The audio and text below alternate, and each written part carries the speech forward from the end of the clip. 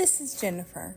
Thank you for joining me as we take a walk through the recipes that have built the culinary foundation of my family. Hi, welcome to Pope's Plate. If you're new here, welcome. If you're not, welcome back. Today we're going to be making stuffed mushrooms. We're going to start with our pan on the stove over medium-high heat, and we're going to put 1 pound of sausage into the skillet. So while this recipe is newer to my family, about 20-25 years, it is something that I have started making anytime we have a party or a reception. I got this recipe from my friend Lynn, who got it from someone in her family, and so it's really fun to see recipes continue through friend groups and through other parts of the family. So we're going to continue to mix our sausage until it is cooked all the way through. I'm not going to say that. You need to make sure it's cooked all the way through, even though it's going to cook in the oven, because pork is really dangerous if it's undercooked, especially in sausage. Once your sausage is cooked fully to your satisfaction, you can either drain it or you can put a paper towel in there and sort of press it down to absorb as much of the oil and grease as you possibly can. And you're going to want to work quickly, because in this next step, you're going to want to put warm sausage into the mix. So let's go on to the next step.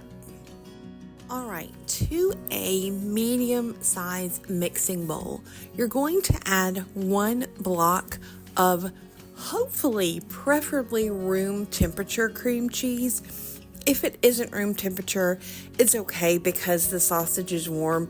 It's going to make it a lot easier to mix if it's room temperature. Mine was not quite room temperature, but it had been out of the refrigerator for a while, so I kind of was in the middle.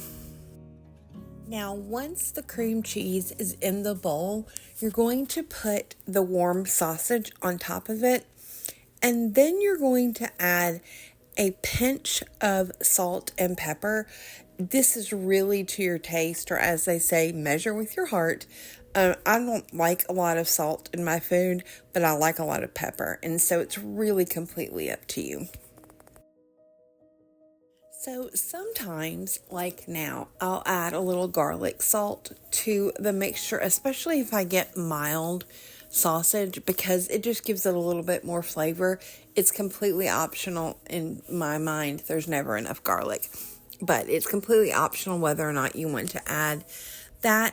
And then you're going to add about a cup of breadcrumbs. Now, I am eyeballing this a little bit, and so mine may have more or less, but the recipe calls for a cup of breadcrumbs to each pound of sausage.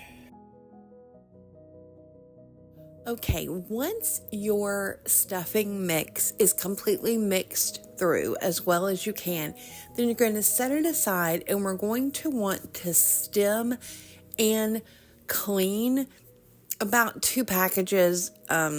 Just use as many mushrooms as you have filling for of mushrooms. Make sure that you wipe them off with either a mushroom cleaner or a paper towel. You're not going to want to use something wet because of the way mushrooms absorb liquid. And then you're going to use a small or medium-sized spoon and spoon the stuffing into the mushrooms. And you're going to want to kind of have heaping spoonfuls. By the way, because my pan that I browned the sausage in was already dirty, I just sort of used that to scrape any of the dirt from the top of the mushrooms. So again, we're going to put the mushrooms on a baking sheet, cookie sheet, but you may want to pick something that has taller sides, because mushrooms obviously are round on the top or the bottom in our case, and they move around a lot. Now finally, we're going to put our stuffed mushrooms into a 425 degree preheated oven for about 25 to 30 minutes. You're going to want them to be a little golden brown on the top, as you can see here. I really hope you make this and that you love it as much as we do. Bye. Thanks for visiting Pope's Plates. Make sure you give this video a thumbs up. Click the notification bell so that you'll know when we have new videos available. And make sure you subscribe to our channel if you haven't already. Until I see you again, let's get cooking!